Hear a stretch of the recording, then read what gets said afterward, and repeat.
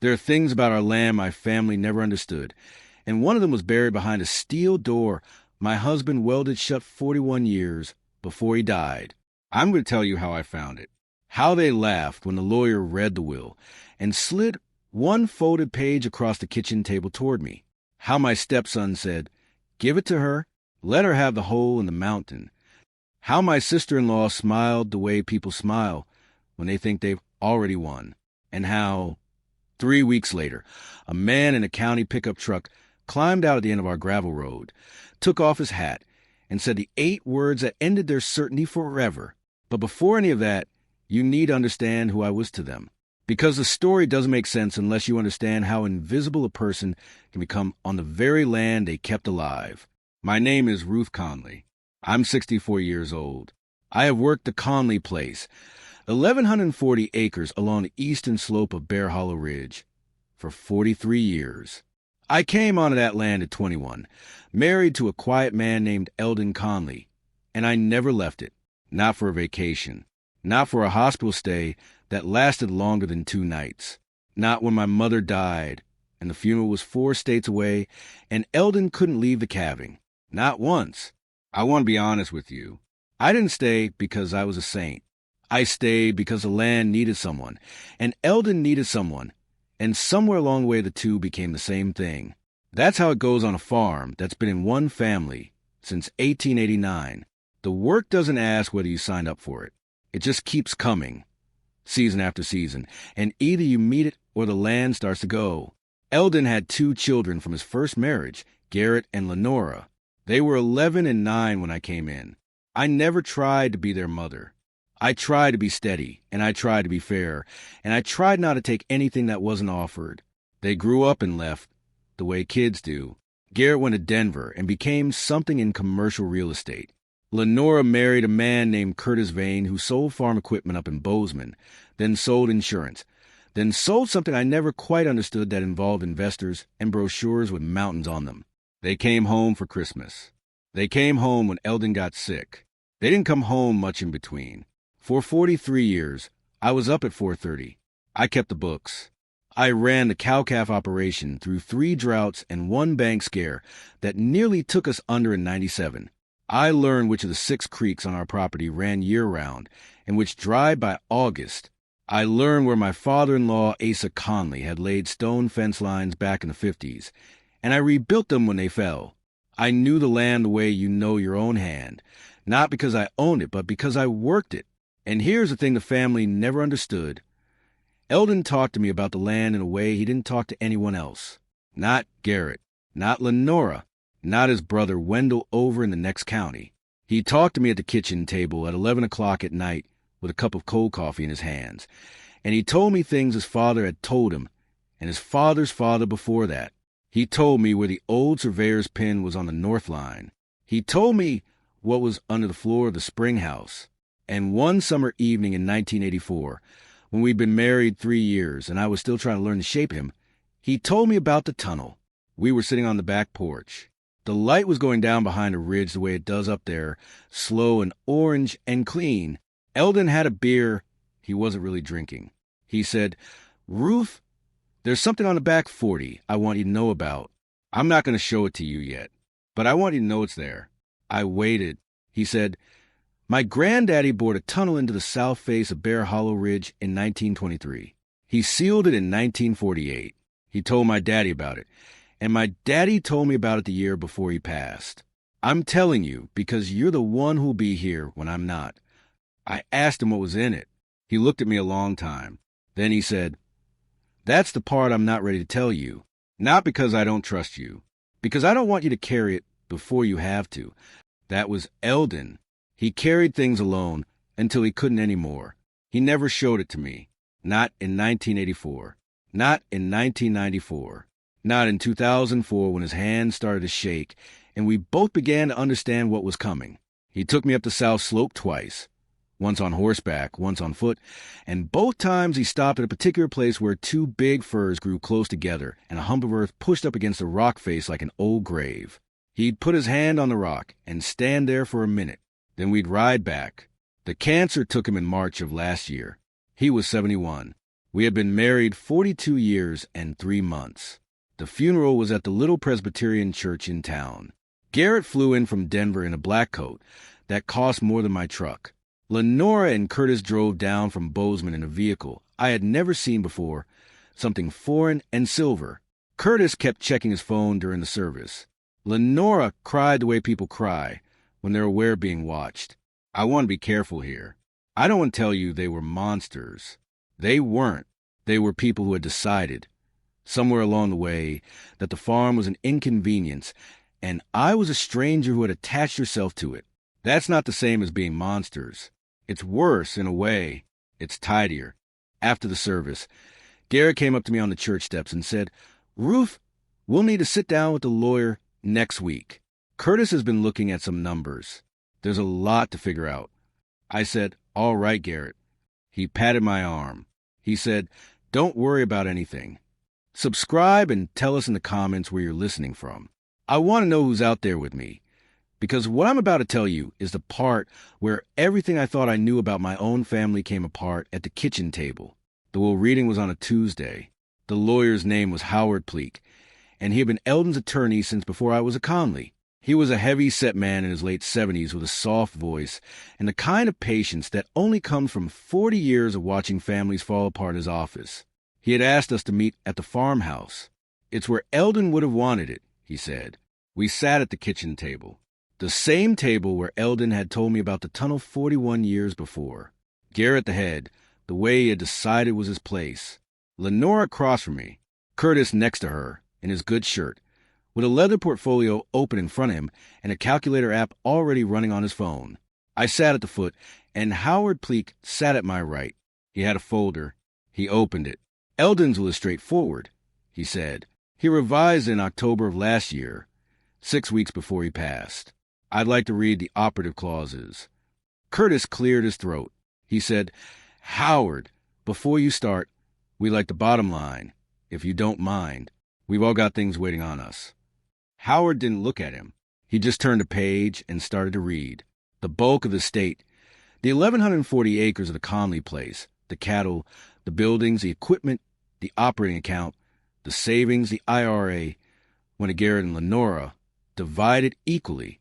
There was a small life insurance policy that would pay funeral expenses and leave a little behind.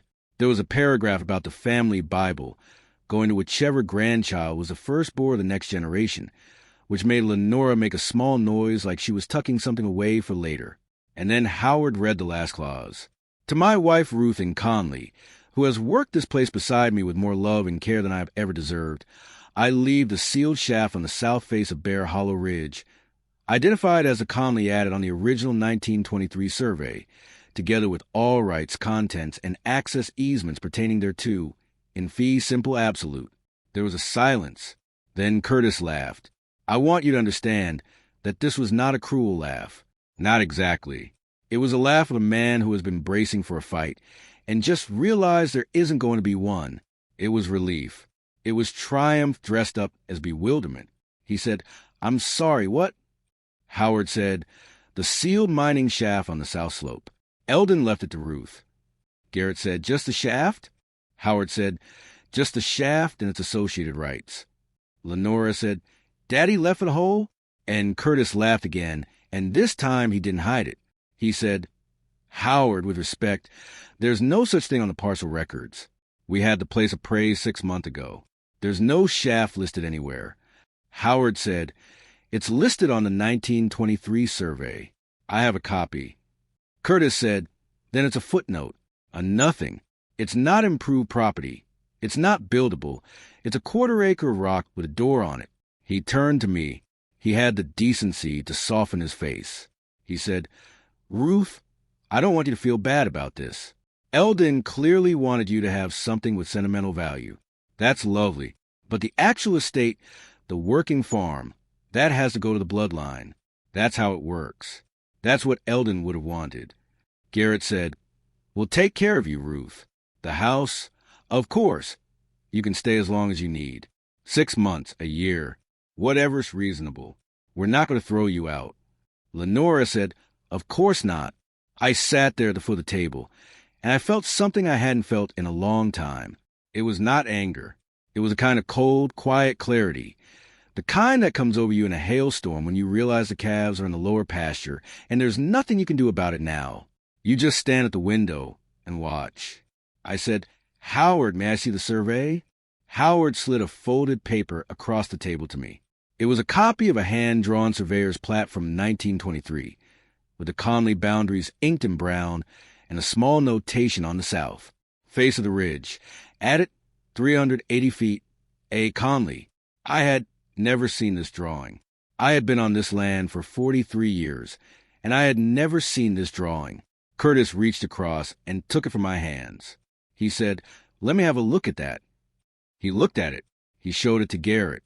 They smiled at each other, the way people smile when they confirm something they already suspected. Curtis said, "Howard, can I be straight with you? This is a kindness." Eldon was a kind man. He wanted to leave Ruth a keepsake. We're not going to dispute it. We're going to honor it. The shaft is hers in writing and the story. Howard said, "That's correct." Curtis turned to me. He said, "Ruth, we'll get the rest of the paperwork done over the next 60 days. The transfer of the operating land, the cattle, all of it. In the meantime, you take some time. Grieve. Don't worry about the work. Garrett and I are going to come up on weekends and start figuring out what to do with the place." Lenora said very gently, "Ruth, I think it's time to think about where you'll go next. I know that's hard, but we want to help you plan." I said, "All right."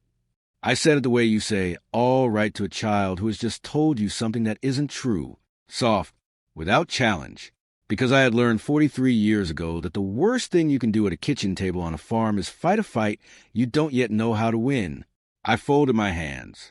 I said, "I'd like to keep the survey copy, if that's permitted." Howard said, "It's yours." Curtis said, "Take whatever you want, Ruth." Honestly. I thanked them. I walked them to the door. Garrett hugged me with one arm. Lenora kissed the air beside my cheek. Curtis shook my hand and said, "You're being a real grown-up about this. Eldon would be proud." When their cars were gone down the gravel road, I sat back down at the kitchen table. I unfolded the survey. I looked at the small brown notation on the south face of the ridge, and I started to remember, slowly and in pieces, every single thing my husband had said to me about that place over 41 years. The first thing I remembered was that he had not, in fact, told me almost nothing. He had told me a great deal. I had simply not understood at the time that I was being given the pieces of a key. I sat at that table for 2 hours. I didn't make supper. I didn't milk the goat. I went through the kitchen drawer where Eldon had kept his papers, and I pulled out everything. Old tax statements, a manila envelope of receipts from the seed dealer, his handwritten cattle records, a flat metal tin he had brought home from the bank in 2009 and never explained. I opened the tin. Inside were 3 things. The first was a folded letter, sealed in a smaller envelope, with my name written across the front in Eldon's tight pencil hand, Ruth. The second was a key, a simple iron key, dull with age, on a length of wax twine. The third was a yellowed business card from a firm called Mercer and Halstead, mineral title examiners, Helena, Montana, with a phone number written in pen on the back, and the words, "Call them when you're ready." I put the tin on the table in front of me. I looked at it for a long time. Then I opened the letter. "Ruth, if you're reading this, I'm gone, and Howard has read you the will, and Garrett and Curtis have laughed at you. I'm sorry about the laughing. I knew it would happen. It's part of why I did it the way I did. The land is going to Garrett and Lenora because the law and 40 years of paperwork made it almost impossible to leave it any other way without setting off a fight that would have eaten you alive. My father set up the operating land in joint tenancy with right of survivorship to the bloodline back in 1972, and there was nothing I could do about that part without dragging you into court for the rest of your life. So I let it go, but the shaft is different. The shaft was never part of the operating parcel.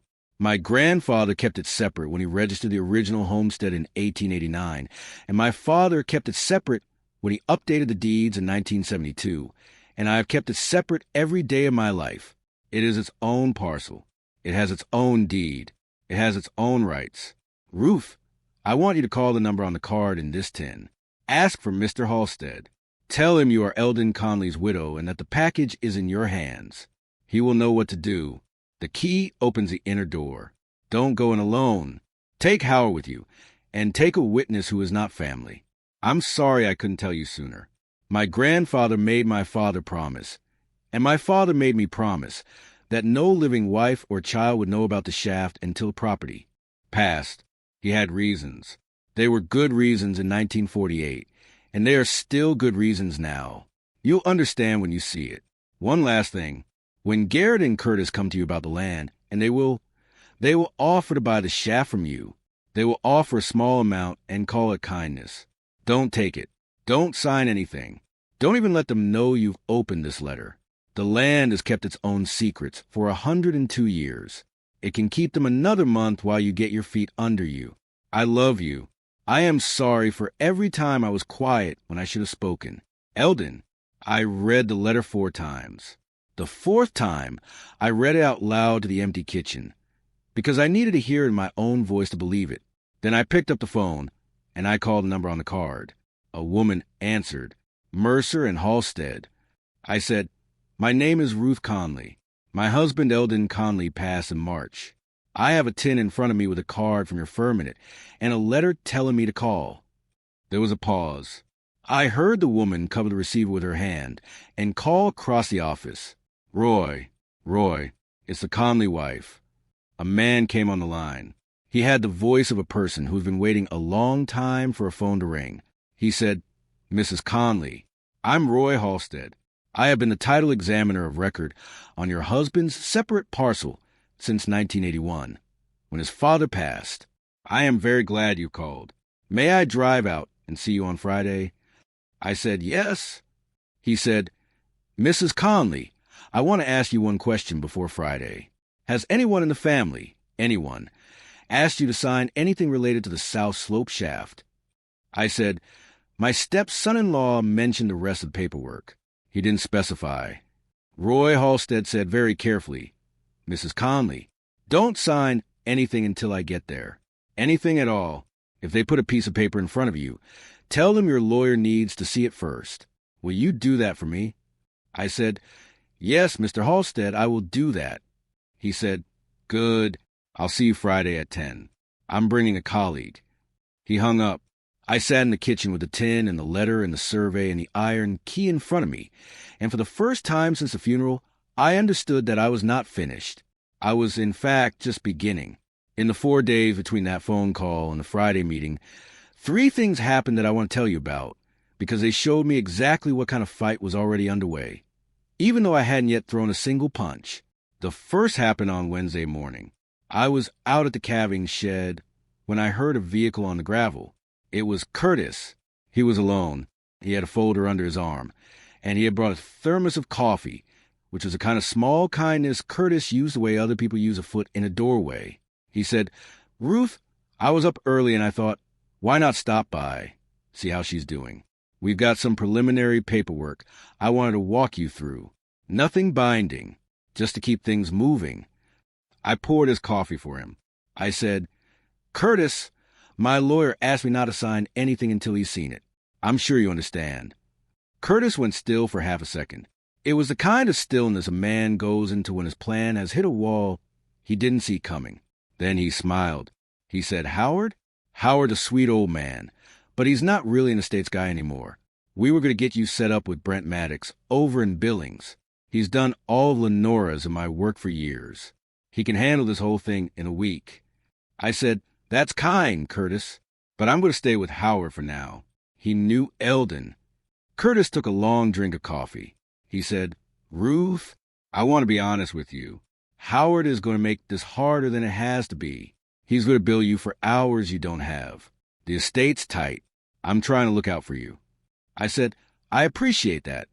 He said, there's one piece I would like to take care of today, though. It's just a quick claim on the South Slope shaft. It's a formality. It transfers it to the family trust along with the rest of the parcel.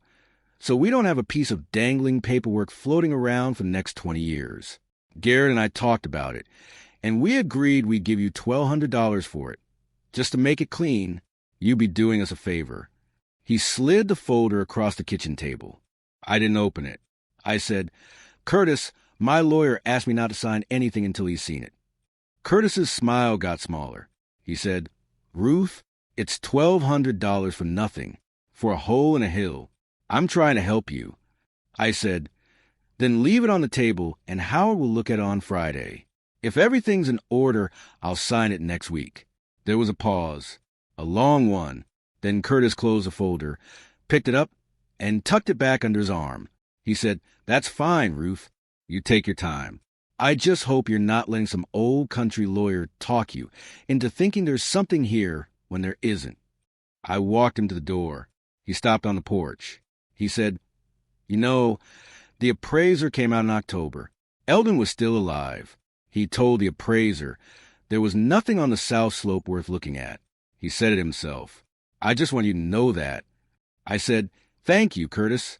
Drive safe. He drove off. I stood on the porch and I watched his taillights disappear past the cattle guard, and I understood two things. The first was that Curtis had known about the shaft for at least 6 months. He had not stumbled into the idea of the quitclaim that morning. He had been waiting for the will to be read so he could move. The second was that he was scared. Not of me yet, of whatever might come out of that mountain. The second thing happened on Thursday afternoon. I drove into town for groceries, which on a farm is a 4-hour event, and on the way back, I stopped at the county recorder's office. I told the woman behind the counter. Her name was Gail. She had been there 28 years. That I wanted to see every recorded document under the name Connley going back to 1880. Gail raised her eyebrows. She said, Ruth, that's a lot of paper. I said, I know. She said, Anybody else been asking? I said, Has there? Gail looked at me a long moment. Then she said, Curtis Vane was in here 3 weeks ago. Pulled the same stack. Spent 4 hours with it. I said, 3 weeks ago. Gail nodded. 3 weeks ago was 2 weeks before the funeral. Eldon was still alive. Just barely. I sat in the back room of the county recorder's office for the rest of the afternoon. I went through every document. The 1889 homestead patent in Asa Connley's name. The 1923 survey. The 1948 sealing affidavit. Signed by my husband's grandfather and witnessed by the county engineer. The 1972 deed restructuring. And one more thing. A 1955 mineral rights filing. Recorded separately in the name of Asa H. Connley, his heirs and assigns in perpetuity all subsurface rights pertaining to the parcel known as the Connley Adit South Face Bear Hollow Ridge. That filing had never been transferred, never been bundled, never been folded into the operating parcel. It had been sitting in the county recorder's office for 70 years, separate and intact. The way Eldon's grandfather had set it up, I made copies of everything. Gail charged me $23.40. She said, Ruth, you take care of yourself, you hear? I said, I will, Gail. I drove home in the dark. I put the copies in the metal tin with Eldon's letter and the iron key. I made supper. I went to bed at 9, and I lay in the dark for an hour before I fell asleep, because for the first time in 40 days I wasn't grieving. I was thinking. The third thing happened Friday morning, an hour before Roy Halstead was due to arrive. Garrett called. He said, Ruth, how are you holding up? I said, I'm doing all right, Garrett. He said, Listen, Curtis told me about the visit on Wednesday. I want to apologize. He came on too strong. That's Curtis. He doesn't always read the room. I said, It's all right. Garrett said, Ruth, I want to make this easy on you. I really do. We've been talking, Lenora and Curtis and I, and we want to offer you a settlement. A real one, not $1,200. We were thinking $40,000 for the shaft and for you to relocate. We'll give you 90 days in the house and $40,000 in cash. You can find a little place in town. Be near people. Not be alone out there your age. $40,000 for a piece of land that 24 hours earlier Curtis had told me was a hole in a hill worth $1,200. I closed my eyes. I said, Garrett, that's very generous. Let me think about it. He said, Take all the time you need, but I'd love to wrap it up by next Friday. Curtis has some movement on his end, and we'd like to coordinate. Movement on his end. I said, I'll call you Monday, Garrett. I hung up. If this story is moving you, hit the like button and turn on the bell so you never miss another story like this one. Because what I'm about to tell you next is the part where the whole shape of what my husband had done, the careful, patient, 41-year shape of it, became visible to me for the first time, and what those men in suits had been racing to bury before I could see it. Roy Halstead arrived at 10 o'clock exactly. He drove a tan four-door sedan that had seen 100,000 miles of Montana road. He got out wearing a wool jacket and pressed jeans and the kind of boot a man buys once in 1985 and never replaces. With him was a younger woman, mid-40s, sharp-eyed, in a canvas coat. He introduced her as Dr. Linnea Weatherby, a consulting geologist who had worked with their firm on the same matters for 15 years. They came in. I made coffee. I had Howard Pleak there, too. He had driven out from town that morning, and he sat at the kitchen table looking, I thought, 10 years younger than he had at the Will Reading. Roy spread 3 things on the table: the 1923 survey, the 1955 mineral rights filing, and a folder he had brought himself, which was about 4 inches thick and labeled Connley. Sealed file, active. He said, Mrs. Connley, I am going to tell you a story now. It's a story your husband and his father and his grandfather all knew, and it's a story I've been the keeper of in part since 1981. I want you to interrupt me with any question you have. I said, all right, Mr. Halstead. He said, in 1922, your husband's grandfather, Asa Connley, was approached by a geologist from Butte who was prospecting privately along the eastern slope of the Bear Hollow Range. The geologist had identified a vein of high grade ore on the south face of what is now your ridge, a vein that ran into the rock at a manageable depth and that, by the standards of the day, was extraordinary. He paused. He said, I should be specific, Mrs. Connley. The vein was silver, native silver, in a quartz matrix, with appreciable gold content and trace amounts of platinum group metals. The geologist's notes survive. Dr. Weatherby has reviewed them. Linnea Weatherby nodded. She said, they were unusually clean notes. I've seen a lot of prospector journals. This one was the work of a careful man. Roy said, Asa Connley bored a tunnel into the south face in 1923. 380 feet of adit, hand-drilled and blast shot, following the vein. He worked it himself for 2 seasons, with one hired man sworn to silence. He pulled out enough ore to send 3 samples to an assay office in Helena. The assays came back at numbers that would have brought every speculator in Montana onto his land within 30 days. Howard Pleak was leaning forward.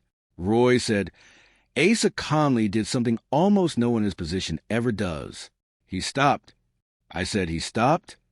Roy said, he stopped. He filed his or samples in a strong box. He filed a geologist's notes in a strong box. He completed the tunnel to stable depth, installed an inner door of welded plate steel, and he sealed the outer mouth of the adit with rubble and timber. In 1948, when his health was failing, he formalized the seal with a recorded affidavit, and he registered the mineral rights on the parcel as a separate instrument from the surface land. I said, why? Roy looked at me. He said, because Mrs. Connley, your husband's grandfather, understood what a silver strike does to a place and to a family. He had grown up in the shadow of Butte. He had seen his cousins ruined. He had seen towns put up overnight and torn down inside 10 years. He had watched widows lose homesteads to syndicates from Chicago. He decided, and this is in his own words, in a letter your husband had, that the land was worth more than the metal, and that the family was worth more than the wealth, and that the ore would still be there when his great-grandchildren were old enough to know what to do with it. Linnea Weatherby said, he didn't seal it forever. He sealed it until someone in the family decided to open it for the right reason. Roy said he told his son. His son told your husband. Your husband has been the steward of that decision since 1981.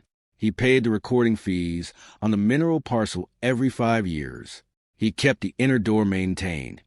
He went in alone, twice that I know of, to check the seals and re-grease the hinges. He never extracted or he never sold a sample. He never told a soul outside the line of stewardship. I said, he told me, Mr. Halstead, in 1984, he told me there was a tunnel. Roy looked at me a long moment. He said, "That's consistent with his pattern. He told you the existence and held back the contents. He was preparing you, Mrs. Connley. He was preparing you for exactly this morning." I said, "How much is in there?" There was a silence. Linnea Weatherby said, "Mrs. Connley, I want to be careful. I haven't been inside. The 1923 assays cannot be projected onto the entire vein without modern sampling, but on the basis of the documented strike width, the documented or grade, and the known length of the adit, and assuming the vein continues at depth at even half the rate the original geologist projected, we are talking about a deposit whose conservative gross value is in the low 8 figures, possibly mid 8 figures, with caveats, with assays, with permitting." I said, "8 figures." She said, "Tens of millions, Mrs. Connley, at conservative estimates." I want to emphasize conservative. Howard Pleak said very quietly, "Lord have mercy." Roy said, "And Mrs. Connley, that is not the most important thing I have to tell you this morning." I said, "What is?" He said, "The mineral rights instrument that Asa Connley filed in 1955 is in your name." I said, "What?" He said, "Your husband transferred the underlying mineral parcel into your sole name on November 17th, 1984. 3 months after he told you the tunnel existed, he filed it with the county recorder. It has been in your name for 41 years. It was never part of his estate." I sat very still. Roy slid a document across the table. It was a recorded warranty deed, dated November 17th, 1984. The grantor was Eldon J. Connley. The grantee was Ruth and Connley. The property described was a mineral parcel, every cubic foot of rock in or beneath the south face of Bear Hollow Ridge, together with all access rights, all extraction rights, and all royalty rights, in fee simple absolute, recorded and attested. The signature was Eldon's. The notarization was the county clerk's. The recording stamp was clean. He had done it the year I learned to be a Connley wife. The year he sat with me on the back porch and told me about the tunnel. He had given it to me 41 years ago. The will had not, in fact, given me anything. The will had merely confirmed what was already mine. And the operating land, the 1,140 acres that Garrett and Lenora and Curtis were already dividing in their heads, was the surface only, not 1 inch of subsurface mineral Wright had ever traveled with that parcel. Not in 1972, when Asa restructured the deeds.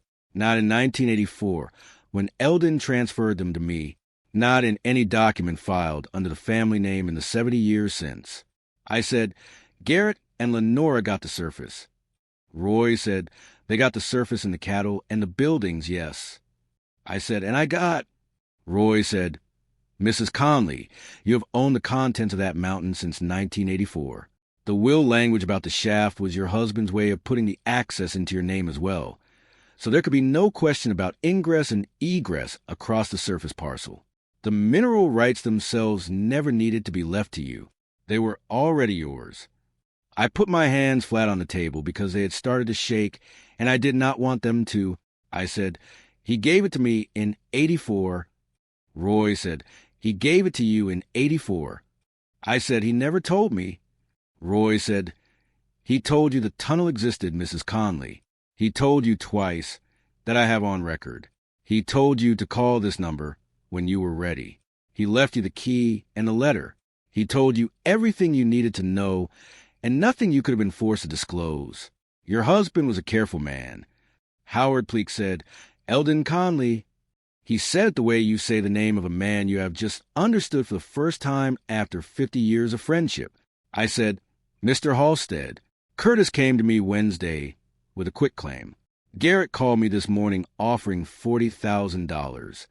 Roy went very still. So did Linnea Weatherby. Roy said, "Mrs. Connley, that is a serious matter. Do you have the document Curtis tried to give you?" I said, "He took it back when I refused to sign." Roy said, "Did he say what it was for?"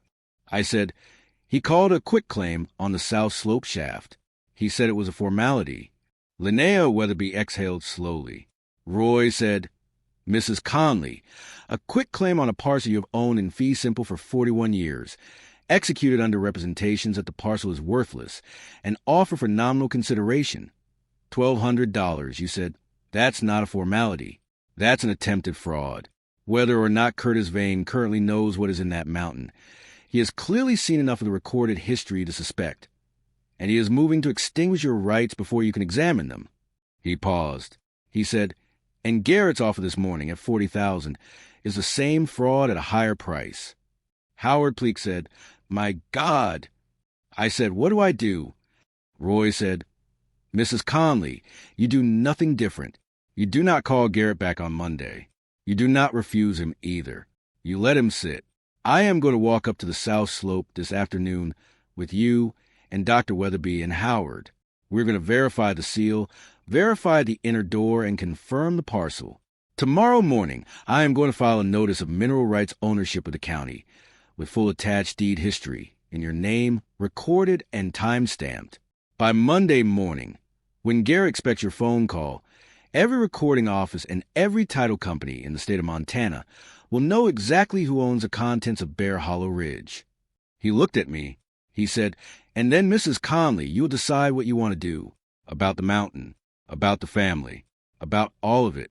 Because for 41 years your husband held this for you, and now it is yours, and no one, not your stepson, not your stepdaughter, not Curtis Vane, not any man in any suit in any office anywhere, can take a single grain of it from you without your signature. I sat at my kitchen table. I looked at the deed dated November 17th, 1984. I looked at Eldon's signature, the careful, slightly leaning left handwriting I had known for 43 years. I said, he carried this alone for 41 years. Roy said, yes, ma'am. I said, and he never spent $1 of it. Roy said, no, ma'am, he did not. I said, why? Linnea Weatherby answered before Roy could. She said very gently, Mrs. Connley, some men who find a fortune spend their lives chasing more of it, and some men who find a fortune spend their lives protecting the people who didn't ask for it. Your husband was the second kind. His grandfather was the second kind. That's why the ore is still there. I cried then, quietly at the kitchen table, with 3 witnesses. I cried for about 3 minutes. Then I stopped, and I wiped my face with the dish towel that had been hanging on the chair, and I said, all right, let's go up the mountain. We went up that afternoon. It took 2 hours on foot. Roy was 68 and slow on the steep parts. Linnea Weatherby carried a pack with sampling equipment in it. Howard Pleak brought a walking stick and his good camera. I led because I had walked that south slope 100 times in 43 years, and I knew exactly where the 2 big firs grew close together, and I knew what a hump of earth pushed up against a rock face like an old grave. When we got there, I stopped at the place Eldon used to stop.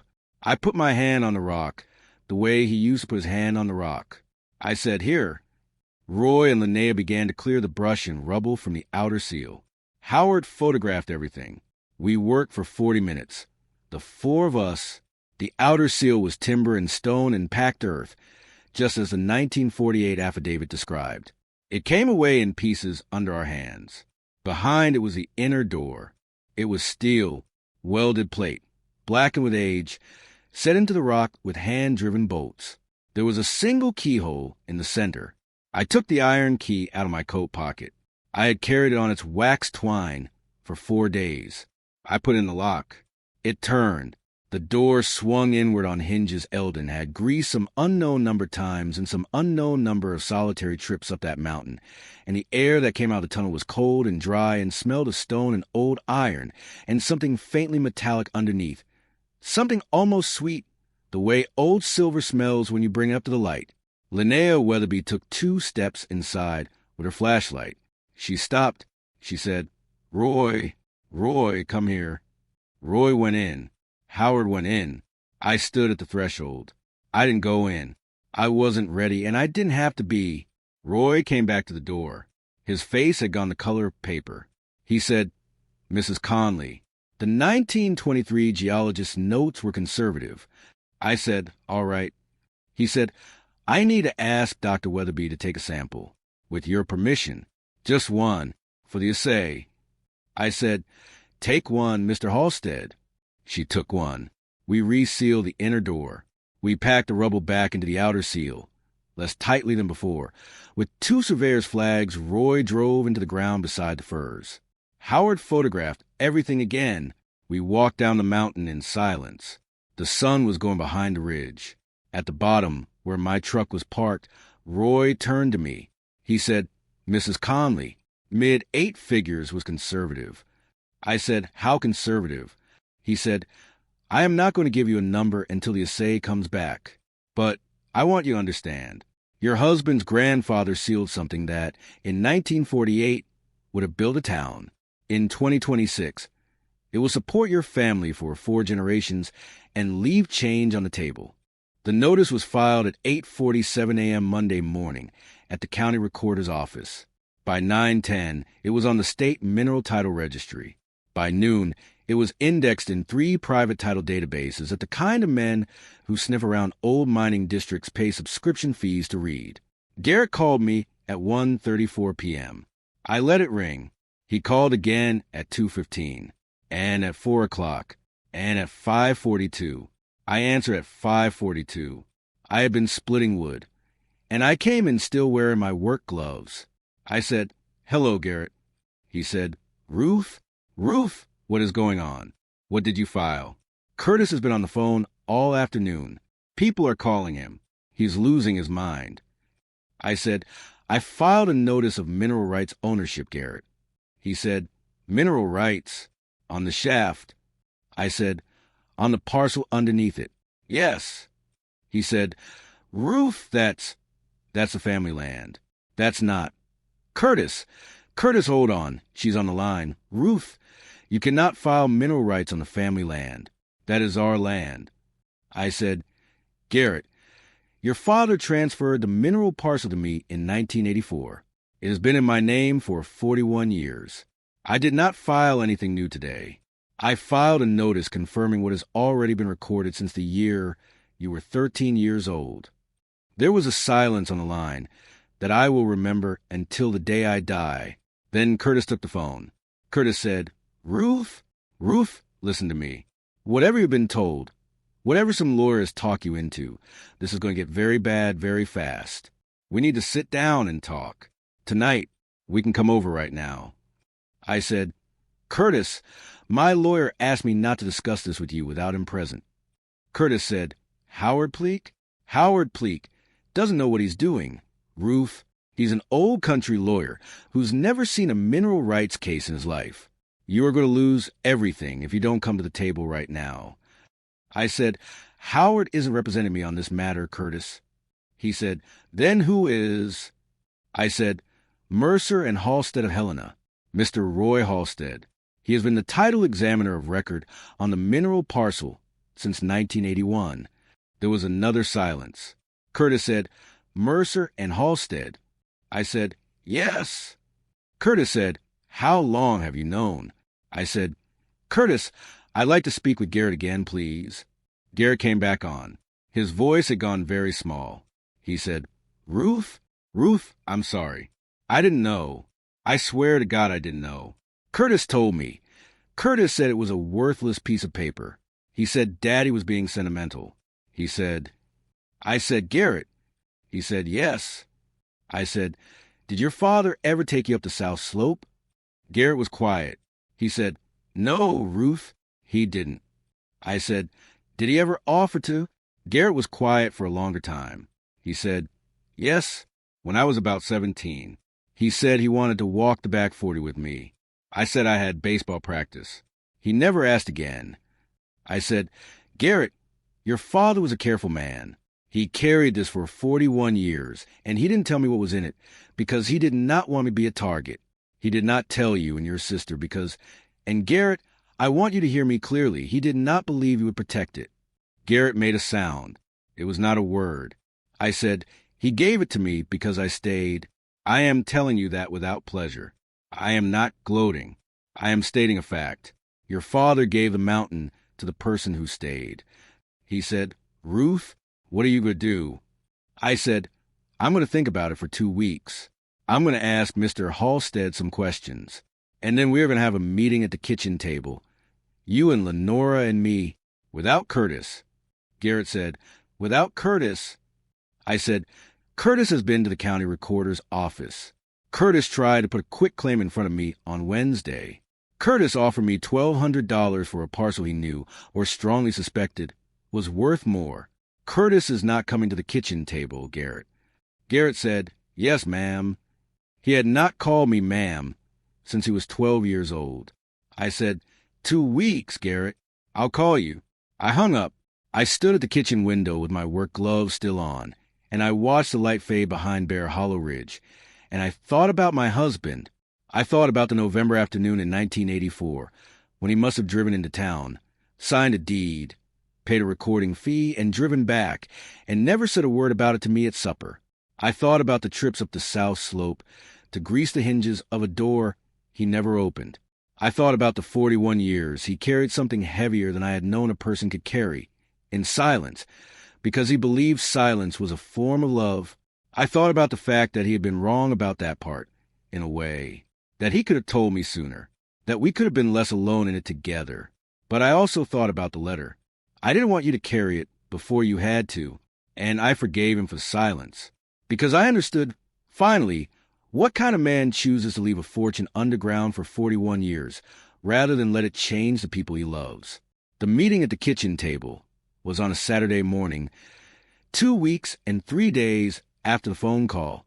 Garrett came alone, on a flight he had paid for himself. Lenora drove down from Bozeman.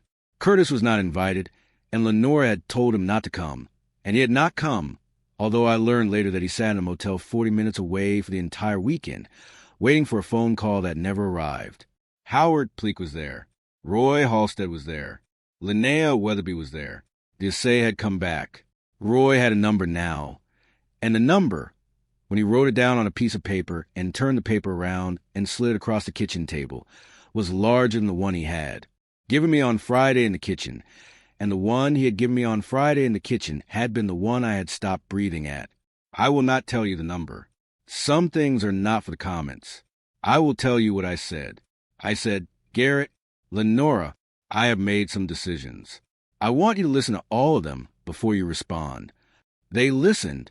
I said, the mineral parcel is mine. It has been mine since November of 1984. That is not in dispute, and it is not on the table. I am not selling it. I am not transferring it. And I am not being bought out of it. Garrett nodded. Lenora was very still. I said, I am also not going to extract from it. Not this year. Not next year. Possibly not in my lifetime.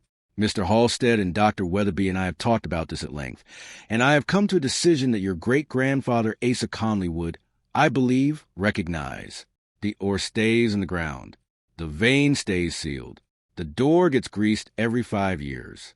That is what your father did, and that is what your great-grandfather did, and that is what I am going to do. Lenora said, Ruth, why? I said, because Lenora, your great-grandfather understood that the metal was the smallest thing in that mountain. The biggest thing was the choice not to take it. He gave that choice to your grandfather, and your grandfather gave it to your father, and your father gave it to me.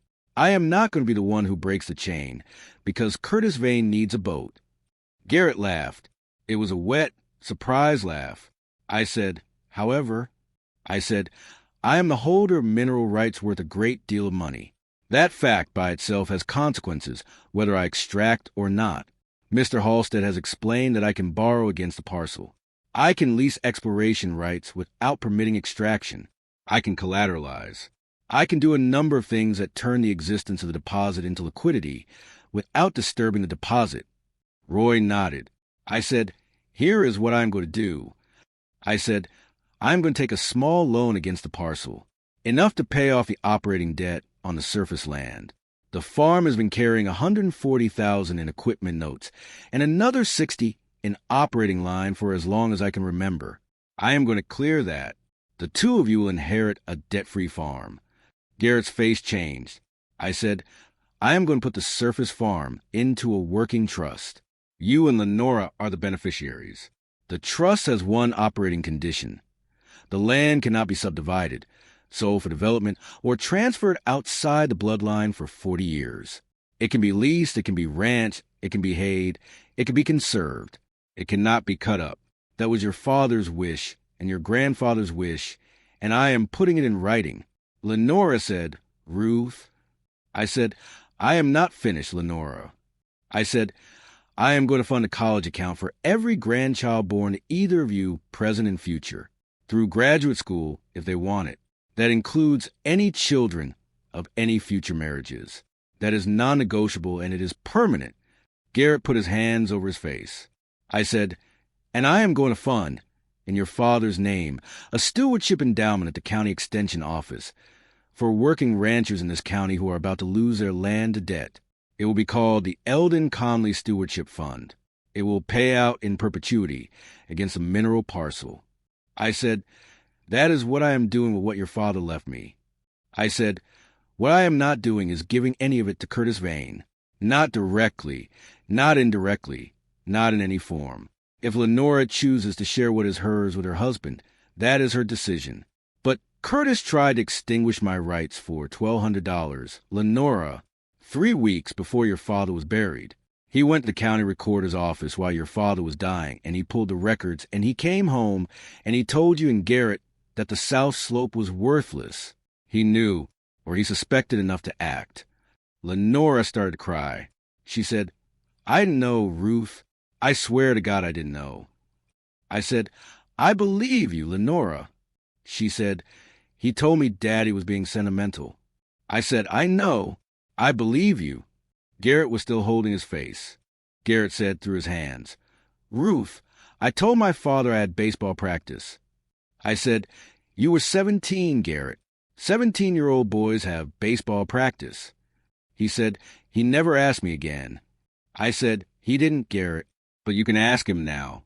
By the way, you steward the land he left you. He's listening for that. We sat at that kitchen table for 4 hours.